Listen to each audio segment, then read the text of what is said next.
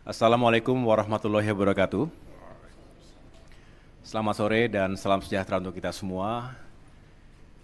Teman-teman media, wartawan insan pers yang saya cintai dan banggakan, saya bersama Menteri Perumahan dan Kawasan Permukiman, Bapak Marwara Sirait, Menteri Pekerjaan Umum, Bapak Dodi Hanggodo, dan Kepala Otorita IKN, Bapak Basuki, baru saja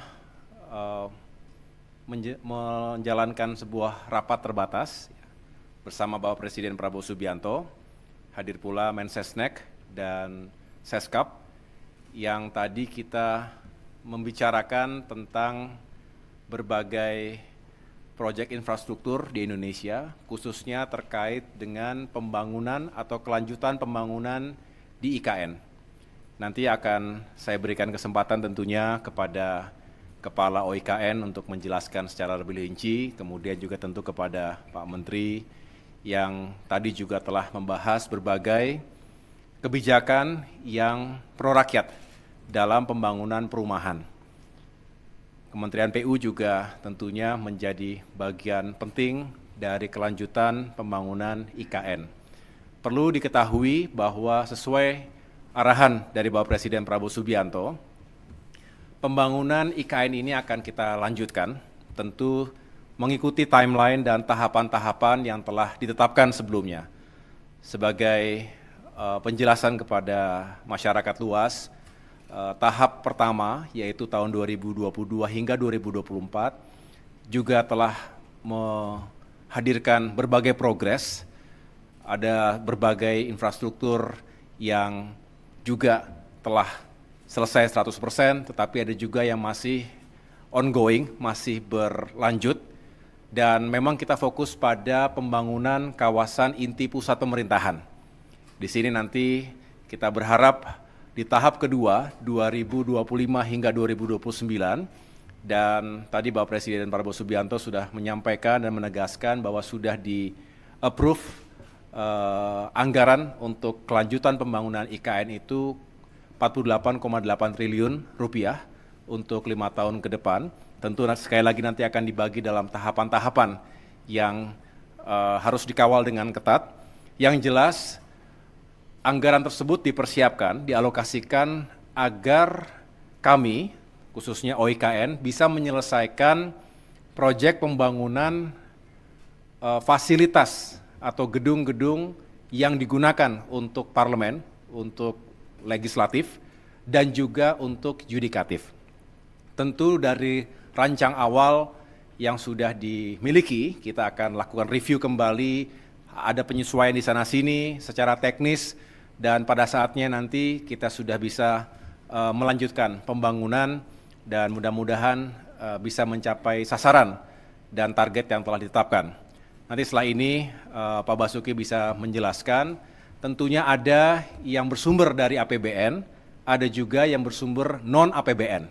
Inilah hadirnya kebersamaan, kerjasama yang baik antara pemerintah dengan badan usaha. Kita juga mengharapkan dunia swasta, pihak swasta ini bisa berkontribusi secara positif dan tentunya terintegrasi dengan baik. Tugas kami, tugas saya sebagai Menko di bidang infrastruktur dan pembangunan kewilayahan, ingin meyakinkan agar segala sesuatunya terintegrasi dengan baik. Kami juga tadi membahas beberapa proyek lainnya yang juga sangat penting, diantaranya bagaimana kita harus semakin serius untuk memikirkan keselamatan dan juga masa depan masyarakat kita yang berada, yang tinggal di pesisir utara Jawa, tapi fokus pada pesisir utara Jakarta. Kita tahu ancaman terhadap saudara-saudara kita dari terjadinya land subsidence, banjir rob dan lain sebagainya, ini perlu kita antisipasi dan mitigasi secara serius dan langkah-langkah pembangunan infrastruktur seperti tanggul, pantai, dan juga pada saatnya karena memang sangat diperlukan pembangunan tanggul raksasa juga ini diharapkan menjadi prioritas. Inilah beberapa penyampaian utama dari Bapak Presiden Prabowo Subianto. Selebihnya pembangunan infrastruktur lain akan dilakukan secara bersamaan. Tentu ada prioritas-prioritas baik untuk mendukung swasembada pangan, swasembada energi dan air, termasuk juga melanjutkan pembangunan konektivitas di seluruh wilayah Indonesia. Demikian penjelasan dari saya. Setelah ini saya persilakan terlebih dahulu kepada Bapak Basuki untuk menjelaskan terkait dengan progres saat ini terkait dengan OIKN. Terima kasih. Terima kasih Bapak Menko. Assalamualaikum warahmatullahi wabarakatuh. Seperti yang disampaikan oleh Bapak Menko, tadi kami melaporkan tentang progres tahap awal yang meliputi pembangunan infrastruktur prasarana untuk bisa dimanfaatkan oleh ASN dan masyarakat lainnya 2025 sampai 2028 tadi. Jadi kami melaporkan pada saat tahap awal 2022 sampai 2024 APBN telah menginvestasikan 89 triliun untuk jalan tol, 47 tower hunian, air minum, sanitasi, embung, kolam retensi, perkantoran, kemudian kantor sekretariat, dan sarana peribadatan seperti masjid dan basilika dan gereja yang kesemuanya dikerjakan oleh Kementerian PU sebelumnya. Kami hanya melaporkan progresnya. Di samping itu ada juga investasi swasta yang sudah di groundbreaking sampai September yang lalu sebesar 58,41 triliun. Ini progresnya sekarang ada beberapa yang sudah jalan, ada yang sudah selesai, ada yang sedang dalam persiapan desain. Kemudian yang tahap kedua, ini yang paling penting, beliau mempunyai target bahwa pada tahun 2028 sudah ditargetkan menjadi ibu kota politik. Okay?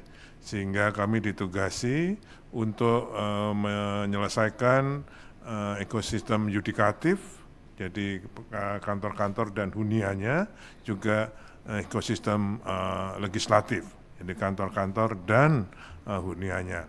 Untuk yudikatif dan legislatif, dulu sudah pernah ada desain dari Kementerian PUPR, basic desainnya, beliau minta direview lagi. Kemudian kami nanti dengan Kementerian PU bersama IKN akan membentuk tim desain yang nanti bisa diarahkan oleh Bapak Presiden tentang kedepannya. Untuk itu, dalam menyelesaikan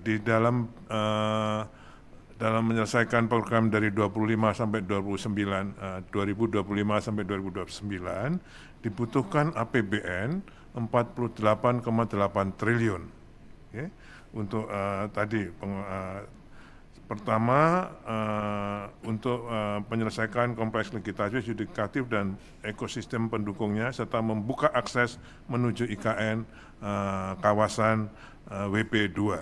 Karena kita tadi kan WP1 ini ke WP2. Termasuk juga dalam 48,8 triliun ini adalah untuk memelihara, untuk mengelola prasarana dan sarana yang sudah diselesaikan pada tahap awal tadi. Jadi dari Kementerian PU dan Kementerian Perumahan sekarang menyerahkan pada OIKN untuk kami kelola dan kami pelihara. Itu dari APBN. 48,8 triliun tadi Bapak Presiden sudah setuju untuk dialokasikan di OIKN untuk menyelesaikan tadi. Di samping itu ada juga program kami dengan kegiatan atau program yang dibiayai melalui KPBU, kerjasama pemerintah dan badan usaha, sebesar 60,93 triliun yang sudah kami proses sampai dengan feasibility study-nya, yaitu untuk 97 tower apartemen dan 129 rumah tapak lagi. Okay. Kemudian juga untuk 6 proyek KPBU lagi untuk pembangunan jalan dan multi utility tunnel sepanjang 138,6 km di kawasan KIPP itu. Ya, selama ini yang dikerjakan kan baru sebagian, ini akan kami lanjutkan yang baru dengan KPBU. Okay. Kemudian juga satu KPBU lagi untuk pembangkit listrik tenaga surya, yang sekarang sudah ada 50 MW yang kemarin sudah diresmikan oleh Bapak Presiden. Kemudian juga kami laporkan groundbreaking yang ke-9, ini kami mohon tadi, kami laporkan pada Bapak Presiden untuk kegiatan pembangunan hotel, hunian, retail, dan perkantoran sebesar 6,49 triliun. Dari tadi ada swasta murni, investasi murni, direct investment, KPBU, APBN. Inilah kerjasama yang disampaikan oleh Pak Menko tadi. Selain itu, Bapak Ibu sekalian, kami juga mendapat masukan dari Pak Menteri Perumahan untuk bisa mengoptimalkan swasta yang sudah melakukan groundbreaking tadi, ya, baik dari 1 sampai 8 maupun nanti yang ke-9, agar juga tidak hanya sekedar groundbreaking, tapi ditindaklanjuti dengan kegiatan pembangunannya. Tadi targetnya bahwa tahun 2028 agar bisa ditetapkan IKN ini sebagai ibu kota politik Republik Indonesia. Saya kira itu. Terima kasih. Assalamualaikum warahmatullahi wabarakatuh.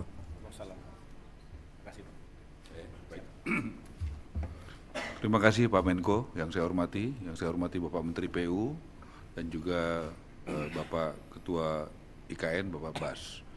Yang pertama, kami melaporkan bahwa kami Kementerian Perumahan sudah menyelesaikan 27 tower di IKN dan siap untuk diresmikan. Karena tadi Bapak Presiden mengatakan beliau senangnya datang untuk meresmikan, bukan untuk groundbreaking. Yang kedua, di IKN sudah juga kami selesaikan rumah jabatan menteri, dan itu juga siap untuk diresmikan. Nah, kemudian yang ketiga, kami juga melaporkan bahwa akhir Januari ini 3 tower di Kemayoran sudah siap untuk diresmikan. Di Kemayoran, ya, yang Pademangan. Kemudian Wisma Atlet, ya, di Kemayoran. Yang keempat, 7 tower siap diresmikan bulan April. Tadi saya menyampaikan usulan bisa Bapak Presiden meresmikan langsung akhir April, itu 10 tower. Tadi juga diberikan arahan Bapak Presiden kepada masyarakat berpenghasilan rendah, juga diberikan itu uang sewa yang paling murah. Kemudian baru kepada ASN, di atasnya baru yang komersial. Jadi jelas kebijakannya diminta untuk pro rakyat, yang paling murah itu kepada masyarakat berpenghasilan rendah, yang angka yang paling murah, kemudian di atasnya adalah buat ASN, dan yang paling tinggi, yang paling mahal itu adalah buat yang komersial. Tadi yang pertama tadi soal IKN, yang kedua soal Kemayoran.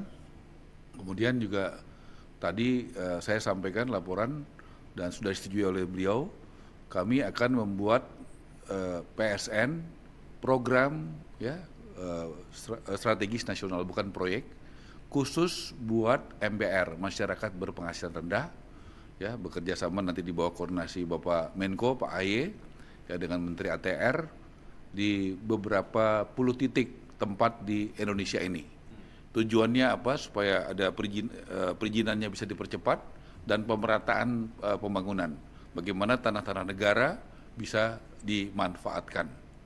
Kemudian yang keempat, juga tadi begitu banyak investor yang datang. Nah, tadi Bapak Presiden mengatakan akan datang lagi dari sudah Qatar minggu lalu, dari Uni Emirat Arab, dan juga beberapa negara lain, karena kepercayaan publik kepada Bapak Presiden Prabowo itu tinggi. Kita bisa lihat dari berbagai data survei yang sudah dirilis secara nasional. Nah, jadi diminta kami untuk siap, untuk nanti akan dibuat tim berkoordinasi dengan yang selama ini membantu kami, yaitu Satgas Perumahan, dipimpin ketuanya Pak Hasim, karena selama ini Pak Hasim yang membantu untuk akses kepada investor, dan itu sangat produktif dan efektif. Nanti penyiapan lahan itu ada dari Kementerian ATR, kemudian penyiapan lahan juga ada dari Kementerian Keuangan, itu khususnya Dirjen Kekayaan Negara, tanah-tanah yang ex-BLBI, tanah-tanah yang disita dari koruptor, dari kejaksaan, bagaimana itu nanti akan sebagian untuk diperlihatkan kepada investor, calon investor kita. Kemudian sesudah tadi dari Departemen Keuangan, juga dari BUMN, yang terakhir ada 3, kami sudah minta kepada Pak Erik. Yang pertama dari Kementerian, dari BUMN Kereta Api, yang kedua BUMN PTP, ya, perkebunan, dan yang ketiga adalah Perumnas. Yang keempat, tadi saya sudah melaporkan kebijakan Presiden Prabowo yang pro rakyat, dan Presiden meminta diumumkan kepada publik secara terbuka sekarang. Yang pertama, sesuai arahan Bapak Presiden Prabowo, kami Kementerian Perumahan diminta membuat kebijakan-kebijakan yang konkret yang bisa dirasakan oleh rakyat kecil. Nomor satu, ya bersama dengan Pak Dodi, Menteri PU, dibantu dan Mbak Mendagri, kita sudah bisa membuat SKB 3 menteri dan sudah ditindaklanjuti oleh sekitar 180 kepala daerah membuat perkada, peraturan kepala daerah untuk PBG itu 0%, 0 rupiah bagi MBR. PBG itu dulu namanya sertifikat IMB. IMB itu izin mendirikan bangunan, sekarang adalah persetujuan bangunan dan gedung. Nah, selama ini waktunya 45 hari kalau ngurus itu. Nah, kita rubah menjadi 10 hari. Dan saya sudah laporkan tadi, contoh kita sudah meninjau pertama di Kota Tangerang, kedua di Sumedang, ketiga di Jakarta kemarin, harusnya saya hari ini di Subang. Tapi karena kami dipanggil Presiden, jadi saya tidak bisa ikut ke Subang, yang datang ke Subang adalah Bapak Mendagri. Nah, kemarin di Jakarta itu bisa sekitar 17 menit. Ya, di Sumedang sekitar 1 jam, Tangerang juga 1 jam. Jadi luar biasa, kita bisa menjalankan itu, menurut saya reformasi birokrasi yang luar biasa. Membuat yang lambat jadi cepat. Buktinya apa? Yang biasanya kadang-kadang bisa 2-3 bulan, 4 bulan, ternyata bisa menjadi 17 jam, 17 menit di Jakarta. Di Tangerang bisa sekitar 59 menit, di Sumedang juga sekitar 1 jam. Jadi ini membuktikan bahwa kita ada perubahan mindset, tapi bukan hanya mindset, tapi tindakan nyata dalam melayani publik. Yang kedua, bagaimana BPHTB, ya, itu biaya atas tanah dan bangunan biasanya itu 5%, ya, atas arahan Presiden menjadi 0%. Jadi tidak bayar, gratis, dan itu buat rakyat kecil. Yang ketiga itu PPN. PPN itu 2 miliar ke bawah, 0, jadi gratis. Jadi tadi sampaikan ini waktunya buat rakyat membangun rumah. Karena dulu nggak ada kebijakan ini. Dulu nggak ada kebijakan yang BPHTB-nya 0, kemudian PBG-nya 0. Dan waktunya dari 45 hari jadi 10 hari secara rata-rata, tapi beberapa daerah bisa 17 menit. Jadi itu saya diminta mengumumkan, dan tolong Bapak-Bapak sampaikan kepada masyarakat, ibu-ibu, ya, adik-adik wartawan, supaya ini tersosialisasikan secara masif bahwa sudah ada kebijakan di bidang perumahan atas arahan Presiden Prabowo yang sangat pro rakyat. Dan jangan salah ya, kalau yang masyarakat berpenghasilan menengah atas bayar. Ini hanya untuk masyarakat berpenghasilan rendah. Ya, kriterianya salah satunya penghasilannya 8 juta ke bawah. Jadi ini jelas kebijakan yang pro rakyat, terutama rakyat kecil. Terima kasih. Cukup? Mungkin ada yang silakan. Ya, izin bertanya Pak, dari Bisnis Indonesia terkait dengan dampak anggaran IKN yang juga cukup menurun signifikan ya Pak ya, lebih dari 250 triliun dari 2004 ke 2025, dampaknya ke pembangunan IKN ke depannya seperti apa? Apakah akan memperlambat, apakah atau enggak? Dan untuk investasi IKN tahun ini ditargetkan berapa ya Pak? Dan rencana groundbreaking sejumlah proyek baru ini kira-kira pastinya jadinya kapan ya Pak? Terima kasih. Kalau tentang anggaran IKN, tadi yang sudah disetujui kan usulan kami 48,8 triliun untuk menyelesaikan tadi pengelolaan prasarana yang sudah dibangun dan yudikatif dan legislatif. Okay? Nah, untuk itu di DIPA murni kita yang awal ada 6,3 triliun, tapi untuk tahun pertama dalam menyelesaikan yudikatif dan legislatif dan pendukung lainnya, kami membutuhkan 8,1 triliun tambahan. Sehingga pada tahun 2025 ini akan ada sekitar 15 triliun di IKN. Saya kira ini buat kami cukup karena sesuai dengan rencana kami, semua akan kami selesaikan pada 2-3 tahun ke depan dengan 48,8 triliun tadi. Terima kasih. Terima kasih, boleh Pak, yang tadi soal. Tadi kita diskusi panjang soal bagaimana peranan swasta di IKN. Karena yang groundbreaking banyak, tetapi yang membangun sedikit. Tadi saya diskusikan, Pak Bas juga setuju, di review yang sudah groundbreaking pengusaha yang memang sudah groundbreaking tapi memang mungkin tidak jadi membangun atau tidak cepat membangun, supaya itu bisa ditanya baik-baik apakah mau lanjut atau tidak. Nanti diberikan kepada, begitu Pak Bas ya, kepada yang memang serius mau membangun. Sehingga kesempatan itu juga jadi produktif waktunya gitu. Jadi tidak usah menunggu misalnya diberi kesempatan 1,5 tahun, tapi ditanya saja satu-satu di review supaya ada suatu gerak cepat sesuai arahan Presiden Prabowo, supaya langkah-langkahnya juga swasta itu diutamakan untuk bisa menjalankan, melakukan investasi di IKN, terutama bagi yang serius. Saya rasa itu harus dikasih deadline-nya, waktunya kapan. Kalau nggak ada, ya sudah, berarti diberikan kesempatan kepada yang lain. Kalau tidak digituin, nanti jadinya lama. Sementara arahan Presiden Prabowo harus ada waktu yang deadline-nya. Saya rasa itu. Silakan. Ya Pak, saya dari Fatima dari TV One, ada beberapa pertanyaan. Yang pertama mungkin tadi penegasan mengenai ibu kota politik ini maksudnya seperti apa. Kemudian tadi pada saat rapat dengan Presiden, apakah ada pembahasan kapan Presiden akan mulai berkantor di IKN. Kemudian yang terakhir ini mengenai skema investor asing begitu Pak. Ini seperti apa sih sistemnya, apakah ada tim khusus yang bertugas mencari investor asing tersebut, memaparkan mengenai IKN atau seperti apa? Sebenarnya kendalanya apa sih Pak untuk investor asing ini untuk berinvestasi di IKN itu sendiri? Terima kasih. Iya, ibu kota politik artinya kalau saat ini kita masih fokus menuntaskan pembangunan berbagai fasilitas untuk pemerintahan eksekutif, tentu belum lengkap karena syarat pemerintahan itu harus hadir pula lembaga legislatif. Kita berbicara DPR RI, DPD RI, tentu juga MPR RI. Sedangkan untuk lembaga yudikatif juga bukan hanya simbol, tetapi memang itulah kelengkapan utuh dari pemerintahan di sebuah negara yang demokratis. Oleh karena itu harapan Bapak Presiden adalah ya fokus dulu di sana, sehingga dengan demikian kalau semua sudah berdiri, ketiga fungsi tadi, maka sebetulnya kita sudah bisa menjalankan tugas-tugas, kegiatan-kegiatan politik, baik yang sifatnya harian maupun strategis. Saya persilakan kepada investor. Oke, yang investor.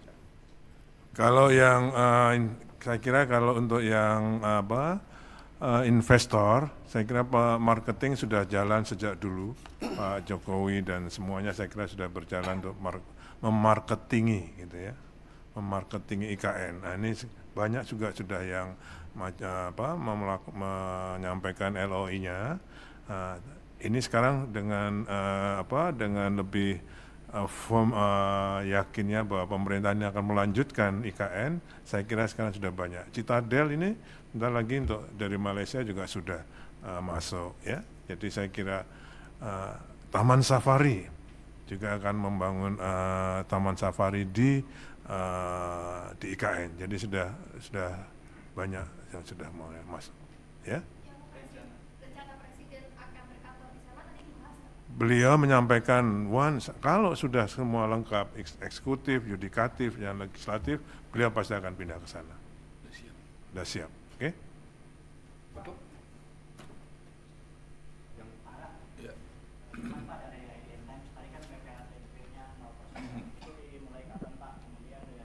Ya, terus saya jawab aja. Oh, ada batas maksimal transaksinya nggak Pak? Kalau misalkan dapat PPHTB 0% itu berapa Pak? jadi itu kan SKB 3 Menteri, Bapak Menteri PU yang membantu dan Pak Mendagri. Yang menjalankan itu adalah kepala daerah tingkat 2, ya, wali kota dan bupati. Memang di situ saya melihat bupati wali kota memiliki kenegarawanan. Kenapa? Karena itu mengurangi PAD mereka. Tapi dari diskusi kita sampaikan bahwa masa PAD ngambilnya dari masyarakat berpenghasilan rendah, kan begitu. Justru harusnya kan dibantu, kan gitu Pak ya. Jadi PAD itu kan penghasilan asli daerah. Nah, selama ini salah satunya dari situ. Nah, toh pemerintah kabupaten kota kan juga tujuannya mensejahterakan rakyatnya. Jadi tadi saya katakan sudah 180-an datanya dari Pak Mendagri ya. Kemarin kebetulan kami datang ke Jakarta. Yang 17 menit kemarin tuh Jakarta, Pak. Nah, di situ juga kami melihat sendiri bagaimana kemarin ada Perumnas, ada 2 orang yang bisa berproses cepat. Jadi begitu perkadanya ada kan mesti ada payung hukumnya. SKB, kemudian perkada, peraturan kepala daerah. Tentu kita dorong, tadi juga sudah saya sampaikan, mudah-mudahan bisa segera selesai. Februari ini semuanya kami akan undang Bapak Presiden untuk bisa dia menghadiri, itu ya apakah bentuk Zoom atau apa, supaya bisa menyaksikan bagaimana proses pelayanan publik itu luar biasa Pak berubahnya. Dari 45 hari jadi 10 hari. Bahkan kita sebenarnya mintanya cuma 10 hari aja. Tetapi beberapa daerah bisa lebih cepat lagi. Contoh tadi Tangerang sejam, Sumedang kurang lebih sejam, Jakarta 17 menit. Hari ini di Subang, Pak. Gitu. Itu ya. Oke, udah cukup Makasih ya. Ya, makasih semuanya.